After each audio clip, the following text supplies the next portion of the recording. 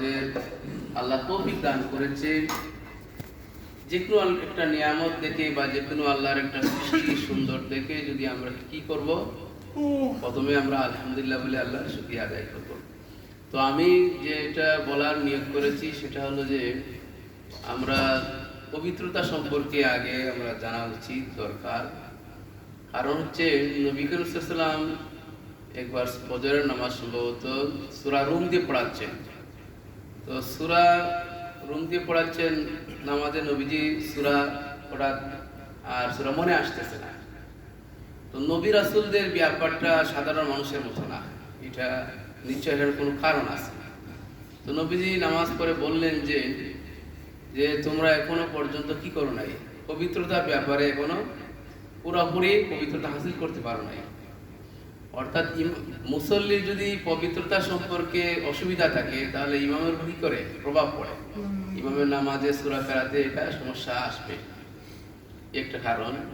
আরেকটা হাদিস হলো যে নবীজি মিশকাত শরীফে আছে, বুখারী শরীফে আছে যে নবীজি একটা কবরের পাশে দিয়ে যাচ্ছেন, তো ওখানে দাঁড়াইছিলেন।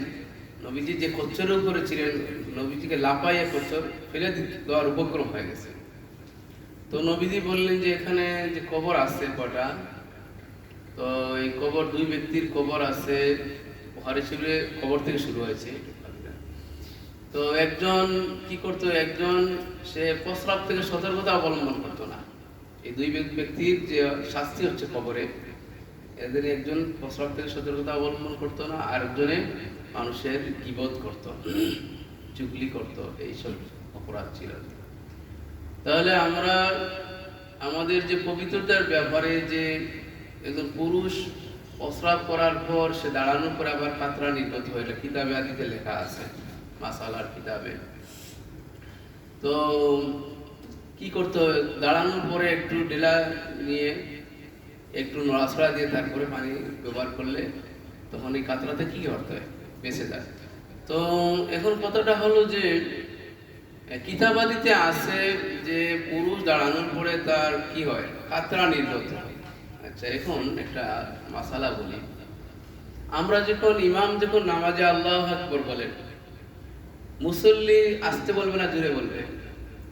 আসতে বলবে, এটা তো কিতাবাদিতে আছে, বুঝতে পারছেন? তো এই জন্য পুরুষের পবিত্রতার ব্যাপারে, এই প্রস্রাবের ব্যাপারে, যাতে প্রস্রাব আমরা এমনভাবে করব যাতে কি না হয় আপনার প্রথমে একটা আড়াল, এই হাদিসের দুটো অংশ, আরেকটা অংশ হচ্ছে উনি প্রস্রাব থেকে আড়াল করতেন না। তাহলে আমাদেরকে আড়াল করতে হবে, এমন জায়গায় প্রস্রাব করতে হবে যেখানে মানুষ না দেখে আর যেখান থেকে ছিটা কাপড়ে না পড়ে। যেমন বাতাসের উল্টা দিকে প্রস্রাব করলে গায়ে ছিটা পড়ে, তারপরে আপনার শক্ত জায়গায় করলে গায়ে ছিটা পড়ে, এইগুলা সতর্কতা অবলম্বন করা একটা। আর দ্বিতীয় দাঁড়ানোর পরে তো আরো কিতাবাদিতে বা বিভিন্ন বই পুস্তকে বলা হচ্ছে যে মানুষের চলাচলের পথে প্রস্রাব না করা। তারপরে বাতাসের উল্টা দিকে তো বললাম। তারপরে ফলদার বৃক্ষ, যে গাছের ফল দেয় বা যেটা আমরা খাই, তরকারি ইত্যাদিতে প্রস্রাব বা মলমূত্র ত্যাগ না করা, এটা প্রভাব মানুষের উপর পড়বে।